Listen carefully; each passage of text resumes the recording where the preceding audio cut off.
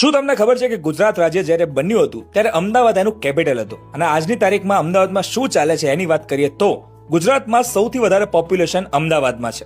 2011માં population આશરે 55 લાખ હતી અને 2025માં 90 લાખથી પણ વધારે પોપ્યુલેશન અમદાવાદમાં છે અને મોટા ભાગના લોકો ગુજરાતી જ છે અને પોપ્યુલેશન વધવાના કારણે કન્સ્ટ્રક્શન્સ પણ વધી રહ્યા છે. પણ એની સાથે જ 2025માં અમદાવાદ ક્લીનેસ્ટ સિટી બની છે. ભારતની પહેલી બુલેટ ટ્રેન અમદાવાદમાં આવી છે. મલ્ટીમોડલ ટ્રાન્સપોર્ટ હબ અમદાવાદમાં છે.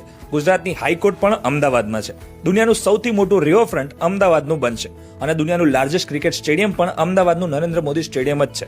ઇન્ડિયાનું biggest sports centre Sardar Vallabhbhai Patel sports enclave અમદાવાદમાં બની રહ્યું છે. First UNESCO world heritage city Ahmedabad છે. ઇકોનોમિક અને ઇન્ડસ્ટ્રીયલ હબમાં પણ અમદાવાદ આગળ છે. એક સમય પર અમદાવાદ મેન્ચેસ્ટર ઓફ ઇન્ડિયા તરીકે ઓળખાતું હતું અને અમદાવાદની પહેલી પોળ મુહૂર્ત પોળ છે.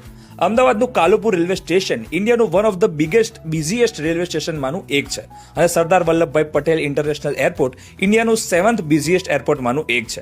આ બધી ભાગદોડ પછી પણ અમદાવાદના લોકો જલસાથી જીવે છે. તો શેર કરો આ અમદાવાદીઓને જે આ બિઝી લાઈફસ્ટાઈલ